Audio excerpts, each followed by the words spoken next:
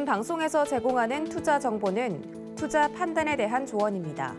방송에서 제공하는 주식의 가치, 가격 상승 및 가격 하락에 대해서는 방송사에서 보장하지 않습니다.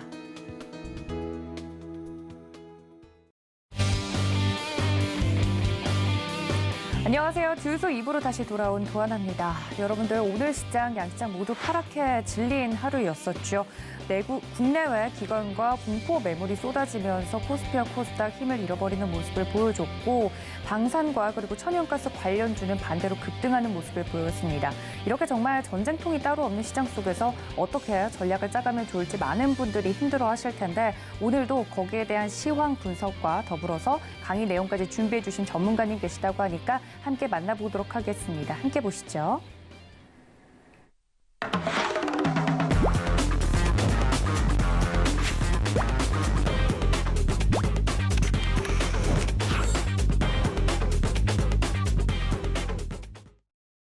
네, 주유소 2부를 책임져 주시는 임상현 전문가님 만나보겠습니다. 전문가님 어서 오세요. 예, 반갑습니다.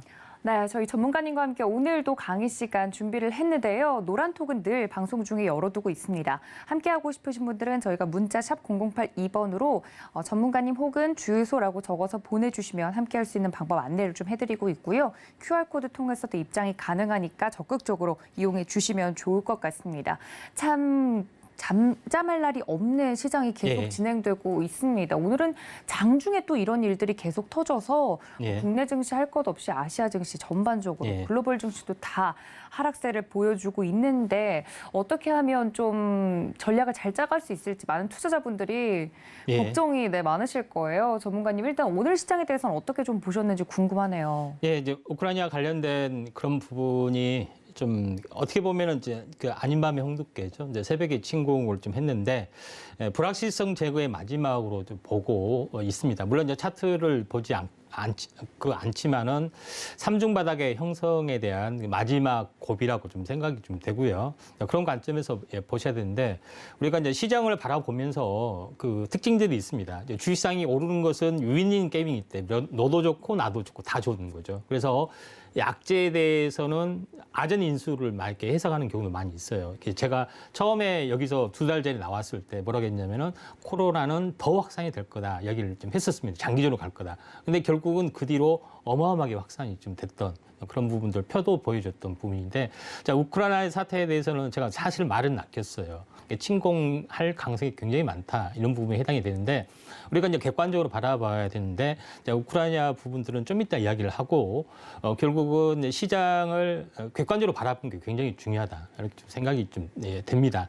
그런 관점에서 한번 바라봐야 되는데 결국은 적정 펀더멘탈 가치 이상으로 내려갔던 증시에 대한 일시 충격이기 때문에 과거의 모든 데이터는 경계 외적인 변수는 다 V자로 올라왔다. 이런 부분들을 좀 참고하시면 될 것 같습니다. 네, 모든 답은 데이터 안에 있다라고 이야기를 좀 해주시면서 복귀를 통해서 오늘의 전략도 또 짜갈 수 있겠다라고 말씀을 좀 드렸습니다. 방송 중에는 늘 노란톡 열어두고 있다는 점 여러분들 기억해 주시면 좋을 것 같고요. 그럼 오늘 준비해 주신 내용을 좀 바로 들어볼까요, 전문가님? 자, 오늘 이제 준비한 내용은 이제 2차 전지와 기술 동향 이에 관련된 건데 지금 이제 성장주 할 때냐 이렇게 하신 분들이 많은데. 제가 이제 처음에 이제 2달 전문에 처음에 이제 거시 경제 흐름, 금리, 그다음에 이런 부분에 대해서 그다음에 이제 증시 역사, 그다음에 성장주가 돌아서야 된다 이런 것까지 시리즈로 이야기를 했습니다. 그러면서 사실은 이제 종목 추천 이야기를 거의 안 했어요. 왜? 이 종목 추천했다가는 박살이 날 확률이 많습니다. 쉽게 말하면. 그래서 사실 2달 동안에 거의 이제 종목 추천 안 이유도 사실은 내면 속에 그런 부분들이 있다. 근데 제일 중요한 거는 우리가 증시의 역사, 과거에 이제 전문가들이 왜 어떤 그 증시 바닥이 있으면 왜 잘 헤쳐나가느냐. 물론 바닥을 좀 모를 때도 많이 있어요. 아전 인수를 하다 보니까. 근데 장이 돌아가면은 어떤 부분들이 좀 있냐면은 성장주가 다시 한번 두각을 나타내기 때문에 좀 학습하는 차원에서 메타버스도 한번 학습을 했고 또 이제 전기차에 대해서 학습을 했고 이런 것들이 필요해 보인다. 그래서 당장 제가 매수 시점이라고 이야기하진 않았습니다. 이게 대장주고 이게 시장의 흐름이고 이런 것에 대해서 했는데 장이 확실히 돌아선다. 누구나 인정하는 흐름이 나와준다 하면은 잘 참고해서 그때는 현재 증시가 하락하면은 주식이고 뭐고 다 박살이 납니다. 근데 제일 먼저 해야 될 부분들은 뭐냐면 학습입니다.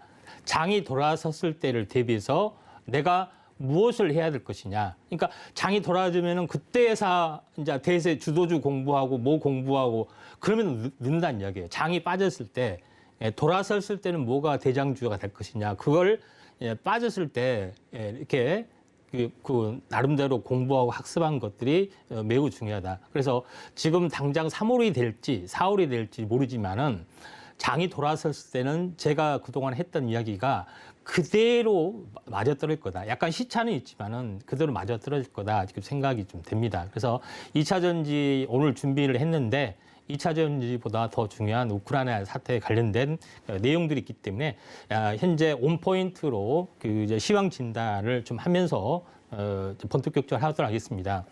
자, 그 우크라이나 사태에 관련된 그 이제 시사점에 관련된 건데요. 현재 여기 이제 지도를 보시면 알겠지만은 전체적으로 보면은 요 밑에가 이제 흑해가 이렇게 좀 있습니다. 여기 밑에 크림반도가 있고 현재 요 밑에까지 좀 그려볼게요. 이렇게 있으면은 여기 밑에가 터키가 있죠. 터키가 있고 이렇게 해서 지중해 이런 부분이 있습니다.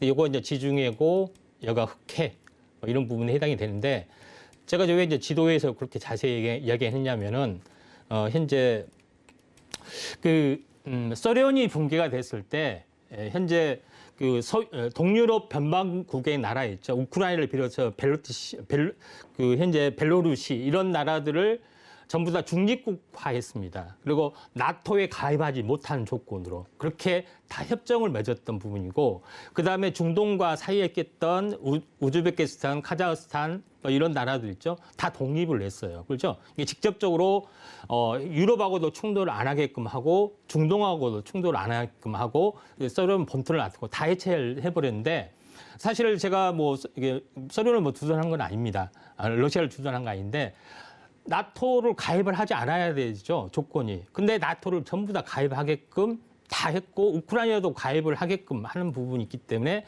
거기서 충돌이 일어났던 거죠. 이런 부분에 해당이 되는 거고 중요한 부분들은 우크라이나는 S소련의 영토입니다. 그리고 동부에는 50%가 러시아 사람이고 러시아 말을 쓰고 있어요. 그렇죠? 현재 북서부에는 그 친유럽 성향에 해당이 되기 때문에 도네츠크하고 루간스크 이 나라이죠. 요것입니다. 이게 도네츠크하고 루간스크에서 우리 러시아기 때문에 친러시아 공화국, 자체 공화국 선포하겠다. 그러니까 내란이 일어나는 거랑 마찬가지입니다. 우리나라 말하면 경상도, 전라도하고 우리 서울하고는 못 살겠다. 우리 남부 어떤 나라를 만들겠다. 뭐 이렇게 한 거하고 똑같은 이야기입니다.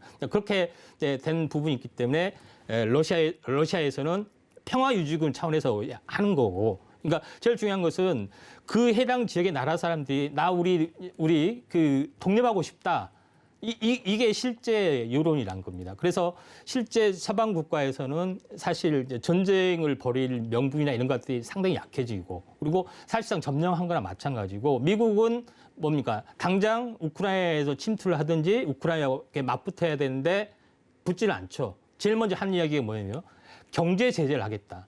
이런 부분에 해당이 됩니다. 그러니까 해당 국민들이 들고 일어나서, 그러니까 이거 친러시아기 때문에 들고 일어나 이렇게 하겠다는 이야기이기 때문에 상당하게 이제 딜레마에 빠진 그런 부분이다. 이렇게 좀 생각하시면 좀 될 것 같습니다. 그래서 어떻게 보면은 그 영토 확장, 영토 확장의 개념이기 때문에 사태는 약간 장기화될 확률이 많고 또 속전속결로 이쪽 동부는 끝날 확률이 이제 상당히 많이 있다. 이렇게 좀 생각이 좀 되기 때문에 어떤 분들은 지금 현재 보시면은 여기 이제 드네프르 강이 있죠. 강 유역을 따라서 이렇게 갈라진다고 하지만은 실제로 그 송고에도 그렇지만 이쪽은 친러시아, 이쪽은 친 이제 유럽 이렇게 나눠졌습니다. 이렇게 남북으로 결국은 이런 여러 가지 부분들이 좀 있는데 전체적으로 보면은 약간 지정학적으로 굉장히 유리한 부분에 해당이 되는데 그러면은 러시아에 대해서 잠시 이제 보시면은 여기를 보시면 알겠지만은 러시아 연구 논문에 대한 지도입니다. 그러니까 러시아가 동서양으로 동시베리아에서 태평양 송유관 전체적으로 보면은 다 석유 파이프라인을 다 깐다는 이야기입니다. 결국은 중국의 1대1로하고 거의 비슷하죠. 석유관을 깔고 석유하고 천연가스를 다 공급하는 그 라인들이 해당이 되기 때문에 지금 현재 유럽에 대한 그 천연가스 공급이 지금 약간 많은 장애가 있기 때문에 전부 다 미국에서 공급을 하고 있죠. 유럽 수출 1위의 천연가스가 바로 미국에 해당이 됩니다. 그러니까 다시 말해서 현재 소련과 유럽의 어떤 그 공급 라인을 좀 차단한 부분이 있기 때문에 어떻게 보면은 경제 전쟁이라고 볼 수가 있는 그런 부분에 해당이 되기 때문에 굉장히 중요한데 결국은 경제 제재로 갈 수밖에 없어요. 결론은 그렇죠. 이게 직접 침공하기는 왜냐하면 러시아가 핵무기를 가지고 있기 때문에 전투가 자체가 되지는 않습니다. 그래서 경제적으로 가면은 아무래도 석유가나 이런 것들이 계속해서 오를 수밖에 없고 공급 라인이 약간 차질되기 때문에 원자재도 될 수밖에 없다. 이런 부분이 있습니다. 이런 부분이 있기 때문에 인플레이션에 대한 부분들은 나름대로는 좀 화두가 될 수밖에 없고 또 하나 힌트 부분들은 현재 그렇다 해서 석유를 사야 되냐 아니면 천연가스 사야 되냐 도평가됐기 때문에 나머지 이제 물류 차질 뭐 이런 거에서 현재 반도체 공급망 이게 안 되고 있잖아요. 쇼팅이 나니까 반도체를 사면 되겠느냐 하는데 반도체 공급망이 적어지니까 매출이 줄어들어요. 그러니까 이게 대해서 약간 딜레마가 있는데 해운이나 이런 그 조선 일부분들은 어떠냐면은 물류 차질이 아니라 물류가 많이 병목 형상이 생기다 보니까 단가가 올라가잖아요. 안 내려가잖아요. 그렇죠? 이런 것들은 수익하고 직결되기 때문에 우리가 접근할 때는 이 두 가지를 약간 달리 보셔야 되고 또 LNG선과 이런 것들 때문에 이제 수주가 또 가셔야될 수밖에 없습니다. 그다음에 두 번째 부분들은 2년에 대한 그 수주 공백이 있죠. 실제 매출로 들어오면은. 근데 작년부터 좋아졌어요. 근데 올해 하반기나 내년이 되면 실제 매출로 잡힌 것도 있고 올해 또 추가로 발주하는 부분도 있고 해서 이쪽의 부분들은 나름대로는 좋아져 보인다. 이렇게 좀 생각이 되기 때문에 이런 관점에서 보셔야 되는데 계속해서 그 다음 장의 그림을 보시면은 한국가스공사에서 나온 그 부분인데 이 천연가스에 대한 1대1로 이런 부분이 나오죠. 러시아 본토 전체를 유럽, 중동, 그다음에 이제 중국, 그다음에 한국까지 연결하는 나중에는 이거 베링해를 넘어서 어디까지 연결하겠어요? 미국까지 연결하는 계획을 또 가지고 있어요. 이 실제 계획을 가지고 있습니다. 근데 여기서 중요한 것은 해상 운송이죠. 이제 해상 운송도 똑같이 현재 뭐 진행이 된다. 이렇게 보시면 되고 여기서 있죠. 해상 운송도 이런 라인들. 그다음에 나중에 북극해가 열리면은 이쪽 라인들까지 지금 진행이 되고 있죠. 그래서 현재 우리나라에서 실제 북극 루트를 개척을 했고 실제 현재 단축했던 그런 부분이기 때문에 좀 더 시간이 지나면은 북극해가 열린다 이런 부분까지 좀 있기 때문에 러시아 자체도 사실은 야망이 있습니다. 그러니까 에너지 자원 강국으로서 1대1로를 다 누리려는 그다음에 언젠가는 북해가 풀린다. 해빙이 되면은 북극에 대한 그 개발 이런 여러 가지 부분들이 있기 때문에 그 차원에서 이제 사전 정지 작업으로 좀 했던 부분들이 있기 때문에 우리가 현재 객관적인 시각에서 바라보는 것이 중요하다. 그래서 우크라이나는 자체 국민의 어떤 의견이 제일 중요하고 그다음에 유럽에 대한 의견이죠. 유럽에 대한 의견도 사실은 러시아하고 직접적인 파이프라인을 좀 해줘야 되기 때문에 함부로 이렇게 할 수가 있는 입장이 안 되고 명분도 원래 소련 해체할 때부터 이게 중립국 확인돼 있지 않느냐? 왜 나토에 가입하느냐? 그럼 명분에서 질 수밖에 없는 여러 가지 좀 딜레마에 좀 빠집니다. 그래서 물론 이제 전쟁이 침공은 나쁜 거지만은 현재 뭐 전체 내용을 보면은 평화 유지국입니다. 실제 옛소련 그 국민들인데 직접 뭐 총칼을 쏘고 막 하겠습니까? 절대 그럴 일이 절대는 아니지만은 그럴 가능성이 좀 적다. 그래서 경제 제재로 갈 수가 있기 때문에 우리는 그 후폭풍에 대한 영향을 좀 밀접하게 관심 있게 좀 지켜보시는 게 좀 중요하고 우크라이나 관련된 부분들은 예전에 그 이라크 전쟁이 딱 시작하자마자 총성이 현재 울리자마자 급등했던 전례들이 있습니다. 그래서 오늘이 마지막 그런 고비이지 않겠냐. 저는 나름대로는 이렇게 좀 생각이 됩니다. 여기서 시황에 대해서는 간단히 맺고 한번 쉬었다 가겠습니다. 네, 역사적인 부분을 복기를 하면서 지금 저희가 어느 구간까지 좀 왔는지를 객관적으로 저희 임상현 전문가님께서 이야기를 해주셨습니다. 말씀해 주신 것처럼 저희 경제방송에서도 이 우크라이나 사태를 자세하게 다룰 수밖에 없는 이유가 21세기형 전쟁은 총성 없는 전쟁으로 경제적인 제재가 들어가고 이런 부분이 무역전쟁으로 이어지는 부분이 있기 때문에 더 자세하게 말씀을 해주신 것 같은데요. 임상현 전문가님과 함께 하고 싶으신 분들은 저희가 노란톡 열어두고 있습니다. 문자 샵 0082번으로 임상현 혹은 주유소라고 적어서 문자로 보내주셔도 좋고요. 혹은 하단에 지금 나가고 있는 QR코드를 카메라 어플로만 비추셔도 입장이 가능하다고 하니까 적극적으로 이용해 주시면 좋을 것 같습니다. 우크라이나 사태가 발발하면서부터 이 원자재 가격부터 뛰었던 걸 보면 정말 이 전쟁이 그냥 어떠한 특정 나라에만 국한된 것이 아니구나라는 생각이 저도 개인적으로 많이 느끼고 들었는데 관련돼서 오늘 또 준비를 해주신 자료가 있다고 하니까 바로 들어볼까요? 예, 이제 시황 부분 환율을 잠깐 체크하고 이제 본격적으로 이야기하고 싶은 2차 전지에 대해서 좀 하도록 하겠습니다.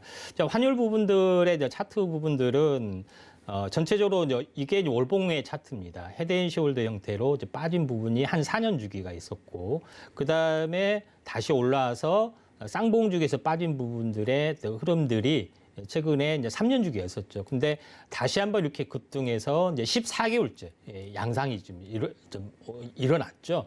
이런 부분이 좀 있기 때문에 여기서 저는 이제 1,200원에서는 꺾인다고 봅니다. 왜냐하면은 1,200원대가 이상하게 플러스 마이너스에 또 해서 어떤 고점에 대한 그런 부분에 해당이 되고 여기서 급락 사태를 맞으면서 외국인의 매수가 집중이 됐던 과거의 사례들이 상당히 많이 있습니다. 그러니까 최근에 그 내용을 보시면은 현재 급락을 했고 그 다음에 쌍바닥을 찍고 이렇게 급등을 했을 때 급등하고 나서 2단으로 올라왔고 지금 현재 보면은 장대 양봉의 중심에 음십자 하락 형태형이 좀 태동이 되고 있습니다. 근데 세부적으로 보시면은 어제 차트인데 오늘은 많이 올라왔죠.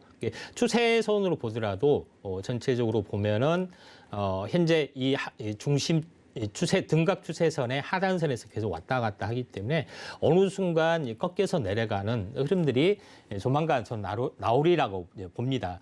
근데 전체적으로 시간 사이클로 보면은 보통 월이 바뀌면서 추세가 바뀌는 경우가 많기 때문에 2말 3초가 중요한 변곡점이지 않겠느냐. 저는 나름대로 이렇게 좀 생각이 되기 때문에 이런 부분들을 좀 참고를 좀 하신 것이 중요할 것 같습니다. 그래서 이런 부분까지 좀 하고요. 오늘 본격적으로 하는 부분들은 2차 전지 기술 동향 요거에 대해서 보도록 하겠습니다. 지금 당장 매수하라는 것이 아니라 이 종목, 이런 흐름들에 관심 있게 되고 장이 돌았을 때는 관심 있게 지켜보자 하는 부분에 대해서 말씀을 드리도록 하겠습니다. 그러면은 그 2차 전지의 내용은 현재 제일 중요한 것은 쉽게 말하면 한중일 삼국지입니다. 2차 전지를 만드는 나라의 대부분이 한국, 중국, 일본에 해당이 되기 때문에 거의 3파전, 치열한 3파전에 좀 해당이 된다. 이렇게 좀 생각이 되고 또 시장의 캐파도 마찬가지입니다. 그러니까 중국의 CATL, BYD가 있고 일본에는 파나소닉이 있고 한국에서는 뭐 SK, 삼성, LG 이 3사가 있죠. 이런 부분에 어떤 치열한 각축정들이 펼쳐지고 있다. 이렇게 좀 생각이 되는데 그 전체적으로 보면 2차 전지에 약간 최근에 딜레마가 있습니다. 딜레마가 뭐냐면은 2차 전지 원자재에 대한 부분들이 좀 있는데 그 중에서 2차 전지의 핵심적인 그 부분들이 리튬 이온 전지라고 하잖아요. 그런데 리튬 가격이 계속해서 현재 올라가고 있고 그 다음에 양극재에 해당이 했던 코발트, 니켈, 망간 이런 부분, 구리, 알루미늄 이런 부분들이 계속해서 현재 원자재 급등에서 올라가고 있기 때문에 약간은 딜레마 부분들이 있습니다. 약간 뭐 판매가 주춤한 것 아니냐, 뭐 이런 여러 가지 부분들이 있기 때문에 요거에 대해서는 우리가 이제 주의를 해야 된다. 이런 부분입니다. 물론 가격 전가를 하면 좋지만 가격 전가를 한다는 것은 또 전기차 가격이 올라가는 그런 약간의 딜레마가 있기 때문에 요거 동향을 약간 주의를 하시면서 우리가 관심 있게 좀 지켜보셔야 된다 이렇게 좀 생각이 되고 또 최근 오늘 지금 보시는 것도 2차 전지 소재 가격 동향 뭐 니켈, 코발트, 알루미늄 구리 이런 부분들이 계속 원자재 가격들이 올라주고 있기 때문에 2차 전지 소재 부분에서는 양극재에서는 가격 전가가 가능하고 그래서 올라줄 수가 있는데 나머지 부분에서는 가격 전가가 아직 되지는 않고 있기 때문에 약간의 주의 포인트가 필요하다 이렇게 좀 생각이 좀 됩니다. 근데 실질적으로 이제 요거 뉴스 팔로잉을 좀 해보면은 2차 전지의 원자재 대량 뭐 뉴스 팔로잉 해보면은 여기 보시면 나오겠지만은 현재 리튬 이온 전지 여기를 보시면은 리튬 니켈이 부족하다. 경고등 켜졌다. 해외 공급망 판 키운다. 이런 부분들이 해당이 되고 그다음에 원자재값 오름세 때문에 업체들이 리튬 이온에서 인산철로 또는 새로운 이온 전지로 나트륨 전지로 전환을 하고 있다. 뭐 이런 내용이 나옵니다. 리튬 이런 부분이기 때문에 인산철은 이제 중국에 대한 거죠. 그래서 중국에 대한 부분들이 갑자기 그 두각을 나타내는 것도 뭐 이와 무관치는 않습니다. 그리고 중국에서는 리튬 싹쓸이 그래서 짐바브웨 광산을 인수한다든가 한 이런 부분들이 해당이 되죠. 이런 부분들이 좀 있기 때문에 원자재 대란을 우리가 이제 부정적인 부분으로 봤을 때는 약간 현재 그 체크를 해야 되고 긍정적으로 보면은 치열한 각축정들이 있습니다. 뉴스의 내용을 보시면 알겠지만은 여기를 보시면 알겠지만은 어떻게 됐습니까? 삼성, LG, SK그룹 3대 그룹 2차 전지도 수직계열화. 그러니까 뭐냐면은 내재화란 말을 많이 들어봤을 겁니다. 내재화가 무슨 소리야? 안에 심는다는 소리야? 그게 아니라 전체적으로 2차 전지의 이제 소재를 하청업체에서 받아서 현재 종합 완성 2차 전지에서 이렇게 만드는데 내재화라는 것은 수직계열화입니다. 자기가 직접 만드는다는 이야기예요. 그렇죠? 이런 부분들이 그러니까 2차 전지를 만드는 종합업체가 현재 그 부품업체를 직접 만든다는 이야기입니다. 그리고 또 종합 완성차인 차도 그래 2차 전지 우리가 직접 만들게. 뭐 테슬라도 직접 만든다 하고 현대도 만들까 말까 하는 그런 어떻게 보면은 그 굉장히 춘추전국 시대가 펼쳐질 수 있다 이렇게 이제 보는 거고 그다음에 여기를 보시면 알겠지만 그 두 번째는 뭡니까 현대차 배터리 내재화 뭐 그래서 어떤 애널리스트는 불가능하다 이렇게 하면서 그 이유에 대해서도 밝혀놨는데 이런 이유가 있습니다. 그다음에 포스코 케미칼도 2차 전지 종합 계열로 그러니까 양극재도 만들고 음극재도 만드니까 다 만들잖아요. 그렇죠? 그러니까 종합 2차 전지에 대한 욕심도 포스코도 욕심이 좀 있죠. 그래서 광산도 인수하는 것도 있고 이런 부분들이 있기 때문에 나름대로는 이런 각축정들이 좀 있다. 그리고 코스모 신소 여기 밑에 보시면 알겠지만 코스모도 올해 양극재 수직 계열화 완성하나 하면서 굉장히 어떤 그런 것들이 상당히 많이 있다는 겁니다.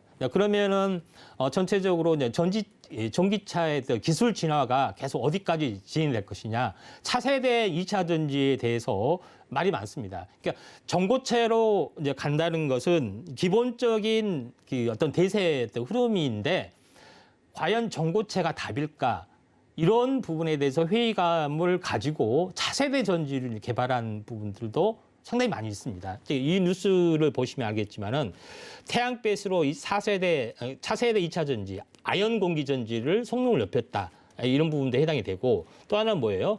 나트륨, 리튬 이온지 대신에 나트륨, 현재 2차 전지 양극 소재 개발했다. 이런 것도 있고 그다음에 뭐 이런 부분이 있죠. 그래서 나트륨 전지가 소금 전지에 해당이 되죠. 뭐 이런 부분들이 해당이 되기 때문에 전고체 말고도 다른 방식의 부분들도 상당히 많이 있다. 이렇게 좀 생각이 되고 또 하나 이제 증시에 화두가 됐던 EM 플러스가 또 뭘 이야기했냐면은 현재 납축 전지 있죠. 납축 전지의 흐름들. 그러니까 우리가 이제 일반 차량으로 보면은 꼭 그 2차 전지처럼 납축 전지처럼 전기를 기본적으로 충전하는 게 있습니다. 그걸 가지고 2차 전지를 만든다. 이렇게 양산화 실험 이런 것들을 하다 보니까 갑자기 급등한 사례도 있다.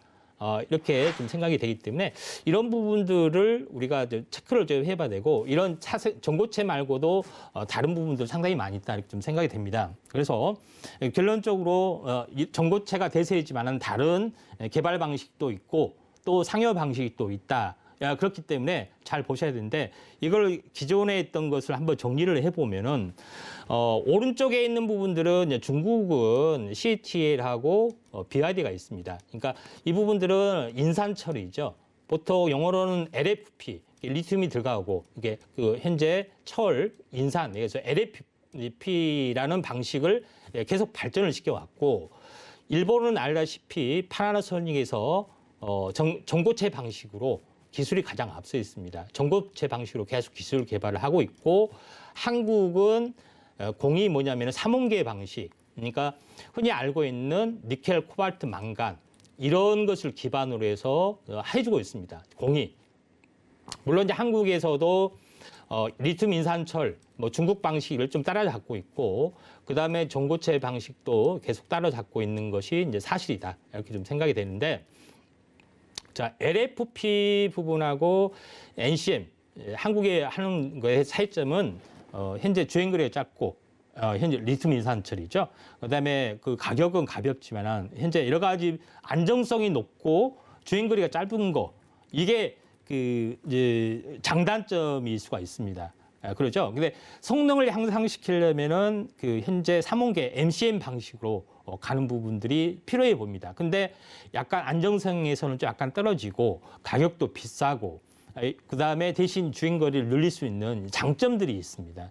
장점들이 있기 때문에 이런 부분에 대세는 어째 NCM으로 가지만은 저가형, 그러니까 집하고 가까운 용도로 어디 장거리 여행하지 않는 이런 뭐 가정주부라든가 출퇴근 용도로만 내가 사용하고 싶다 하면은 누가 비싼 걸 사겠습니까? 그렇죠? 장거리 출장이나 이런 것도 아직 한다면 이렇게 해도 할 수가 있다. 이런 부분이 있기 때문에 약간의 이제 딜레마들이 좀 있기는 있습니다. 이 부분 좀 참고하시면 될 것 같고. 그 다음에 2차 전지의 역사, 뭐 자세하게 저 노라는 것은 아닙니다. 이게 예전에 1900년대 납축 배터리, 납축 전지 뭐 처음에 있었고, 그 다음에 했던 것이 니켈.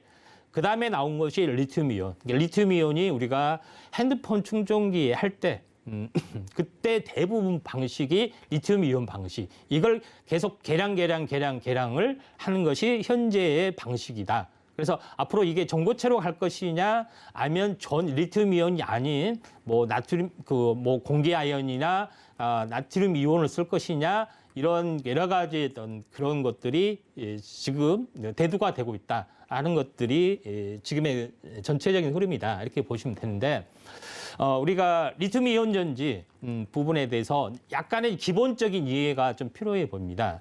그래서 간단하게나마 우리가 과학 시간에 배웠던 상식을 동원해서 간단하게 설명을 드리겠습니다. 전체적으로 보면은 우리가 이제 과학 시간에 어떻게 배웠느냐면은 현재 전류는 플러스에서 마이너스로 흐르고, 그렇죠? 그 다음에 전자는 마이너스에서 플러스로 흐른다고 배웠죠. 이게 마찬가지로 여기는 이제 충전을 했을 때입니다. 충전을 했을 때는 그 플러스극에 있는 리튬 이온 전지가 현재 전자를 잃고, 전자는 어디로 가냐? 위쪽으로 가서 이렇게 거꾸로 충전이 돼요. 그렇죠? 그리고 리튬 이온 전지는 이렇게 가요. 그렇죠? 충전이 완료가 되면은 리튬 이온 전지는 마이너스에 가득 차는 거죠. 그렇죠? 이런 부분이 있고, 방전이 되면은 뭐냐면은 마이너스 극에 있는 리튬 이온과 이온 전지가 분리가 돼서 현재 이 전자는 마이너스에서 플러스로 가는 거죠. 그래서 이 리튬 이온 전지는 분리막을 통해서 이렇게 리튬 이온 전지와 만나서 현재 전자와 만나서 이렇게 좀 되는 겁니다. 그러니까 충전 방전 원리는 이렇게 된다. 이렇게 보시면 좀 되고요. 현재 구성 원리는 이렇습니다. 구성 원리는 뭐냐면은 이게 양극판이 있어요. 그렇죠? 이게 양극 알루미늄으로 형성돼 있고, 여기다 리튬 이온이 산화되기, 그러니까 여기 이제 부착이 되기 좋게끔 이제 금속 산화물이 이렇게 존재를 합니다.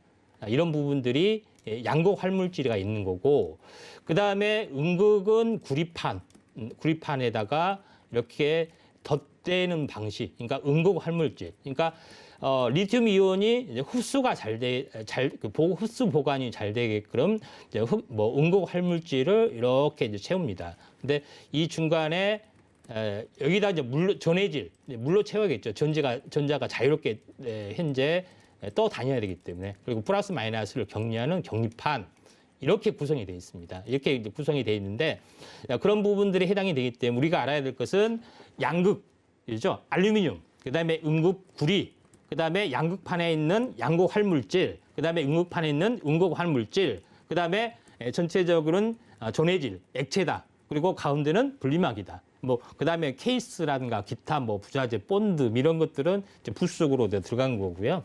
이렇게 이해하시면은 된다. 그리고 이제 이런 부분이 좀 있고, 그다음에 우리가 이제 그 방전을 했을 때는 현재 그 이 충전을 해놨던 리튬 이온이 이렇게 가고 현재 전자는 이렇게 가서 이게 플러스에서 만난다. 이게 충전, 방전 이렇게 한다. 그래서 우리가 고등학교 때 배웠던, 중학교 때 배웠던 전자는 항상 뭐라고요? 전자는 마이너스에서 플러스로 간다. 이렇게 되죠. 마이너스 거기에 있는 리튬 이온 전지는 분리막을 통해서 가고, 전류는, 전자는 마이너스에 플러스로 간다. 이렇게 보시면 돼요. 전류는 반대로 되죠. 이런 부분들을 참고하시면 된다. 근데 이제 이런 관점에서 우리가 이제 다 배우셨죠? 플러스는 여기 보시면은 알루미늄 박이 있다. 그러죠? 알루미늄 박. 그다음에 마이너스에서는 현재 구리박 이런 부분이 있고, 그렇죠? 구리박 옆에 딱 붙어 있는 리튬 이온 전지가 딱 그 이 합성이 되기 좋게 양극재가 있고, 그다음에 여기 이제 음극재가 이렇게 있고, 이런 부분이 있습니다. 가운데 이제 분리막이 있고, 그렇죠? 전해질이 있고, 이렇게 딱 외우시면 되는데, 종목에는 상당히 많이 있어요. 그렇죠? 알루미늄에는 DI 동일, 사마알루미늄, 동원시스템즈, 이제 조일 알루미늄. 알루미늄 업체들이 얇게만 팬다면 되니까, 우리 그거 잘할 수 있어. 뭐 이렇게 있고, 내가 주방에 봤더니, 뭐 사마알루미늄, 내 주방 냄비도 다 알루미늄 만들었네? 남섬 알루미늄인데, 이렇게 다 아시죠? 이런 부분이 있는데, 양극재에서는 우리가 알고 있는 포스코 케미칼, 에코프로 BM, LNF, 코스모신 소재 뭐 이런 부분들이 좀 주로 있고, 그다음에 양극재에서 현재 전류가 잘 통하게끔 하는 CNT 도전제를 하는 것이 이제 동진세미캠, 그다음에 나노신 소재가 있고, 뭐 기타 뭐 전구체, 뭐 황산 니켈 뭐 이런 부분들이 좀 있습니다. 그다음에 음극재에서는 현재 포스코 케미칼, 그다음에 뭐 대주전자 재료, 이녹스, 애경유와 한솔 케미칼 뭐 등이 있고, 그다음에 도전, 그러니까 전류가 잘 통하게 하는 현재 나노 기술로 보는 것은 이제 탄소 나노 튜브를 가지고 하는 것은 나노신 소재가 있고, 뭐 기타 뭐 톨루에 현재 톨투롤, 뭐 바인더, 본드로 붙여야 되죠. 뭐 이런 부분들을 좀 있고, 분리막에서는 현재 뭐 LG 에너솔루션, SKI 테크놀로지가 대표적으로 있죠. 그런 부분들이 해당이 되고, 전해액에서는 솔브레인 홀딩스, 동화기업, 후성, 첨보, 캠트로닉스, 덕산 테코피아. 근데 여기만 보더라도 한 30개 돼요. 그러면은 30개를 뭐 다 투자라는 이야기냐? 그건 아니고, 그동안에 2년 동안 있어 왔잖아요. 그리고 예전에도 몇 년 동안 있어 왔고, 2년 동안에 한번 시세 오름이 끝났고 또 조정도 끝났고 하나 일순환이 다 끝났다는 겁니다. 그러면 대략적으로 어떤 것이 강하고 오를 때는 이게 제일 강하다. 대충 우열의 평가가 대략 됐다 하는 것에 대해서 중요한 부분들이 해당이 되고, 그다음에 투자를 할 때 키포인트. 만약에 전고체로 간다. 빨리 상용화가 빨리 된다 하면 어째요? 분리막이 없어지잖아요. 그러면 SKI 테크놀로지 한 사람들은 조심해야 되잖아요. 그렇죠? 전고체가 갑자기 나타났다. 그다음에 이런 부분이 있기 때문에 이런 기술 동향도 잘 판단을 하셔야 된다. 이렇게 좀 생각이 좀 듭니다. 그래서 그러면은 현재 배터리를 어떻게 만드느냐 하는 부분에 해당이 되는데, 전체적으로 보면은 현재 그 양극재도 이제 판이죠. 음극재도 판. 그다음에 이제 이런 부분이 있기 때문에 이렇게 각형으로 이렇게 지그재그로 해서 각형으로 만든 거 있고, 이렇게 그렇죠? 이 007 가방처럼 이게 각형으로 만든 게 있고, 원통으로 둘둘둘 말아가서 원통력을 한 거 있고, 그다음에 파우치, 우리가 음료 이제 한약 먹을 때 이 파우치가 되잖아요. 이 파우치처럼 이렇게 팩 이렇게 늘어간 거 있습니다. 이 세 가지 방식으로 만드는 건데, 요거는 이제 이런 방식이죠. 이렇게 그림으로 보시다시피 이런 방식에 해당이 되는데, 우리가 양극재 한번 구경 한번 해보셨나요? 음극재 못 했잖아요. 한번 실물을 보여드릴게요. 여기를 보시면은 그 양극재 이 얇은 판에다가 요거 있죠. 요거 전국 양극 활성 물질 이렇게 붙입니다. 이렇게 얇게 붙여. 요것이 원래 판입니다. 그러면 음극재는 요거 구리를 얇은 판에다가 어쩌요 흑연 이렇게 넣는 것을 판을 이렇게 딱 붙여요.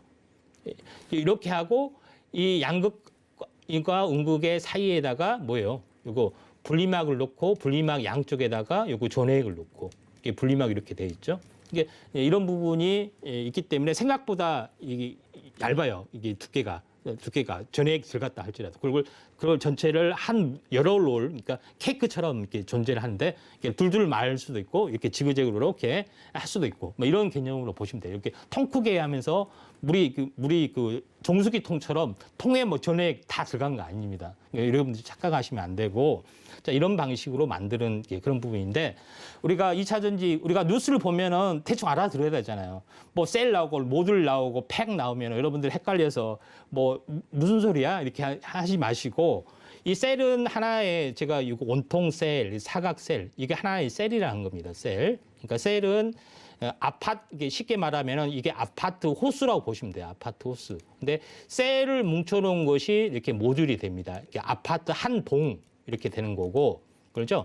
예, 그래서 모듈이라 하고 아파트 단지. 그러니까 이 모듈을 또 다시 이렇게 뭉쳐놓은 것이 팩 이렇게 됩니다.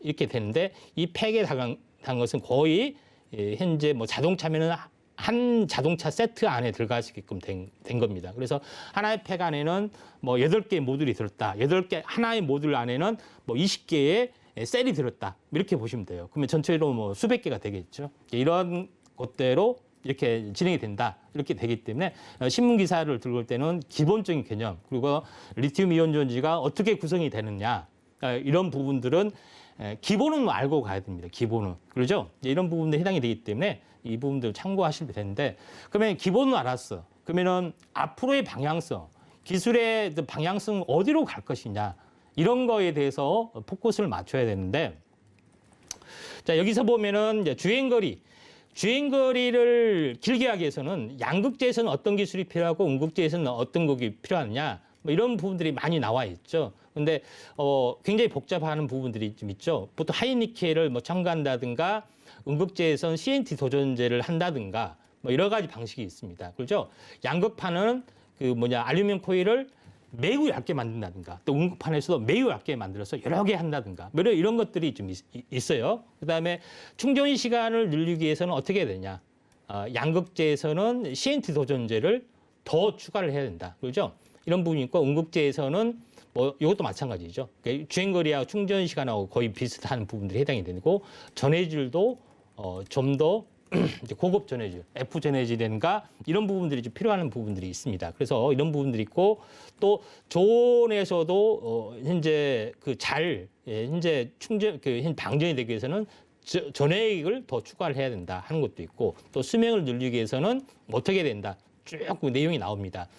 결론적으로 봤을 때는 이 성능 개선 이런 부분하고 거의 집착이 되기 때문에 기술 개발을 하는 데가 그 시장을 잠식을 하기 때문에 매출이 있으면서도 기술 개발하는 업체 이 부분에 우리가 포커스를 맞춰야 되지 않겠냐 저는 이렇게 좀 생각이 좀 됩니다. 자 그런 관점에서 여러분들이 보셔야 되는데 그러면은 전체적으로 복잡하니까 도표로 만들었습니다. 제가 2차 전지 차세대 기술 대표 업체 이런 것들만 우리가 관심을 가져야 된다. 이렇게 표를 만들었는데 차세대 양극재에서는 뭐 알다시피 뭐 유명한 에코프로 BM하고 포스코 케미칼, LNF 세 개의 부분인데 새로운 기술 방식으로 현재 접근을 하고 있습니다만은 전체적으로 보면은 현재 하이니켈 방식으로 우리가 접근하는 부분들이 가장 앞선 것이 LNF가 98% 아직 보고는 안 됐는데 98%의 상용화가 좀 있고 에코프로에 비하면 여러 가지 방식, 양극재 방식이 있기 때문에 이 두 개의 업체 중에 뭐 선정을 하시면은 무난하지 않겠냐. 포스코는 약간 기술이 떨어지는 부분들도 없지 않아 있습니다. 그다음에 차세대 전해질 같은 경우는 차세대 동화기업, 그다음에 첨보, 캠트로닉스 이 세 가지 기업을 전해질 방식에 또 추가하는데 그 중에서 좀 괜찮다 하면은 첨보가 실질적으로 현재 여러 가지 기술적으로 앞서 있기 때문에 첨보를 한번 보시면 좀 될 것 같다 이렇게 좀 생각이 좀 됩니다. 그다음에 음극재에서는 뭐냐면은 이 CNT 기술을 응용한 부분들인데 뭐 대주전자래도 있고 한솔케미칼도 있고 나노신소도 있는데 LG하고 합작해서 상용화 검증 테스트까지 완료가 됐던 대주전자 재료가 조금 더 관심을 가져야 된다 이렇게 좀 생각이 되고 전고체에서는 아직 기술 개발 단계입니다. 그래서 뉴스만 나오고 있고 뭐 이소화학에서는 리튬황을 만들었다 뭐 그런 뉴스가 있고 한농화학에서도 연구를 하고 있다 뭐 시아에서도 연구를 하고 있다. 다 연구 단계이지 상용화 단계, 그다음에 최종 납품 업체하고 어떤 테스트 이런 과정들 전혀 이제 거치지 않는 부분에 해당이 되기 때문에 또 몇 년이 걸 수도 있는 문제다 이렇게 좀 생각이 됩니다. 그래서 이런 것들을 바라보면 꼭 비슷한 게 있어요. 뭡니까? 항암제의 임상 1상, 2상, 3상을 갖죠. 이런 기준을 가지고 암을 어떻게 하면은 대단한 것 같다 하면서 기술 개발 단계. 그러니까 기술 개발 단계가 거의 항암 일상 이렇게 됩니다. 그게 몇 년 걸릴 수가 있어요. 그렇죠? 테스트 과정.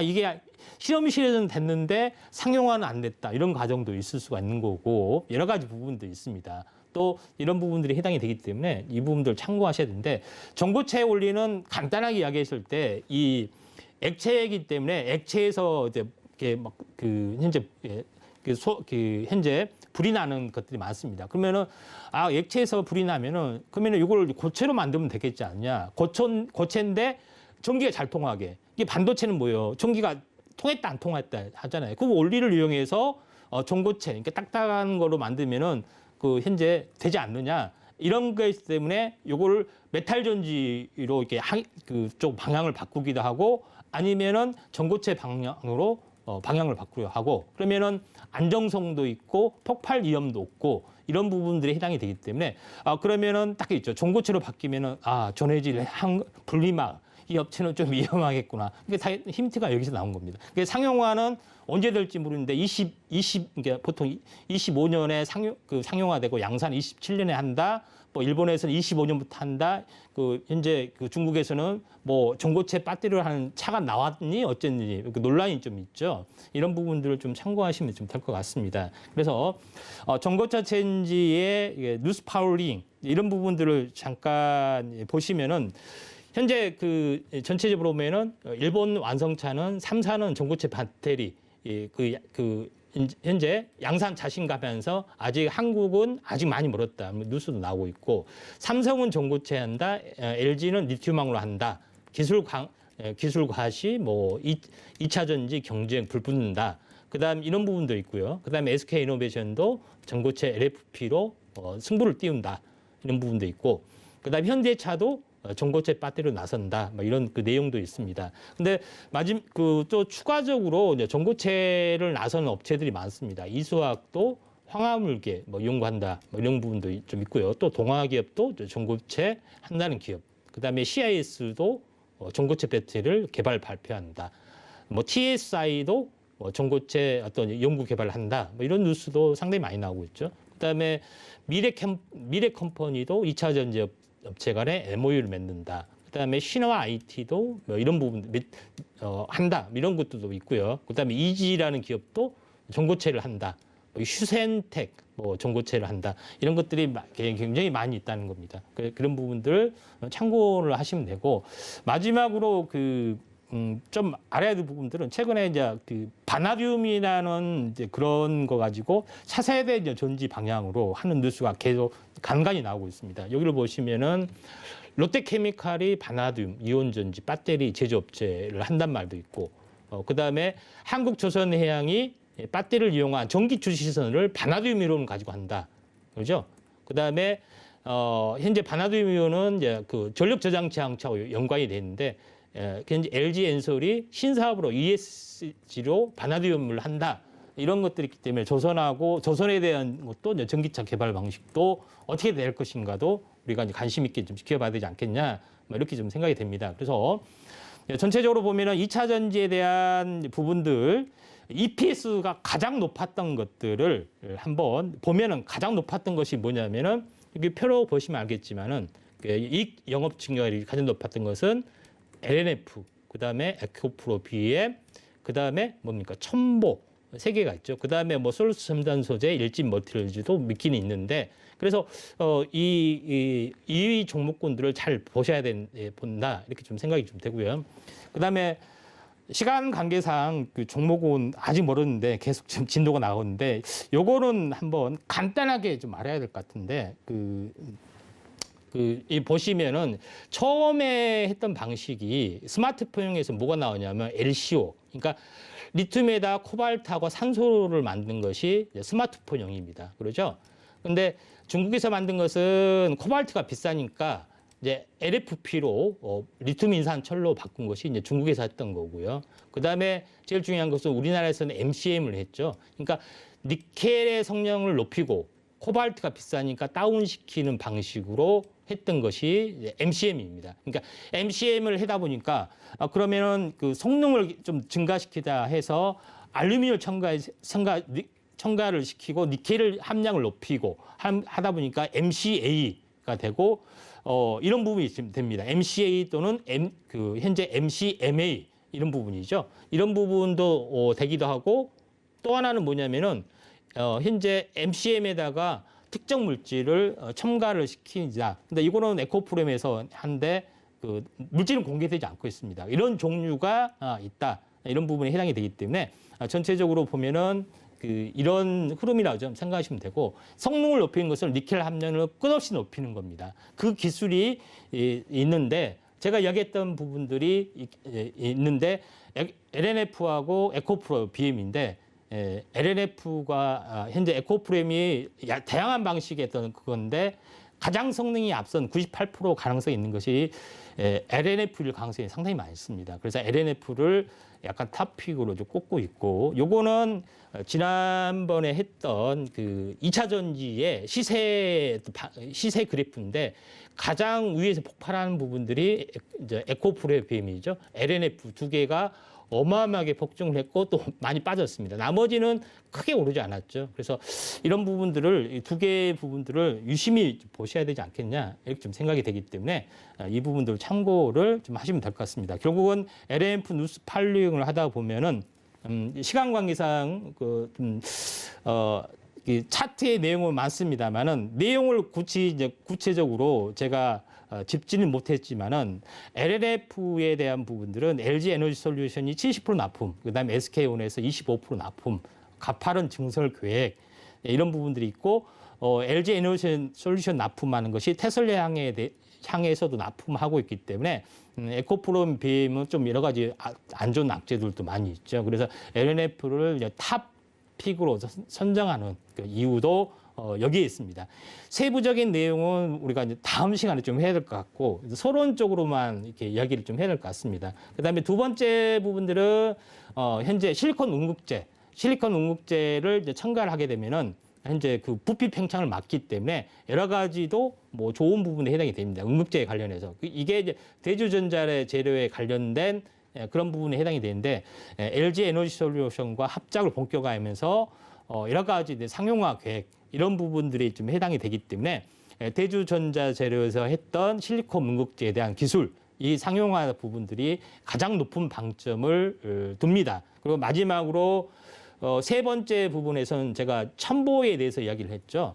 첨보에 대해서는 글로벌 탑 그 배터리 셀 업체 대부분 다 납품을 좀 하고 있고요. 그다음에 전체적으로 증설 계획들이 계속 꾸준히 좀 진행이 되고 있는 또 사항이 해당이 되기 때문에 모든 그 전해질에 대한 탑라인을 다 가지고 있기 때문에 첨보, 전해질, 그다음에 양극재, 응극재 대표 탑픽만 꼽고 오늘은 여기서 마치도록 하겠고 좀 더 세부적인 이야기, 그다음에 좀 더 다른 뭐 공정이나 뭐 이런 소재에 관련된 것은 다음 시간에 하도록 하겠습니다. 자, 오늘 2차 전지는 여기서 전체적으로 현재 기본적인 이해를 돕기 위한 기술 동향부터 소재 부분까지 간략하게 살펴봤습니다. 자, 이상입니다.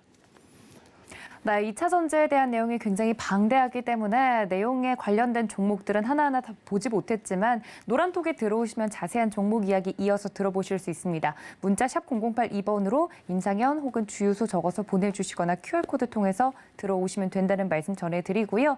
이어지는 주유소 3부 같은 경우는 종목 상담 이어질 예정이니까 끝까지 시청 부탁드립니다. 또 본 방송에서 제공해드린 정보는 투자 판단에 대한 조언일 뿐 해당 주식의 가치나 수익률을 보장하고 있지 않다는 점까지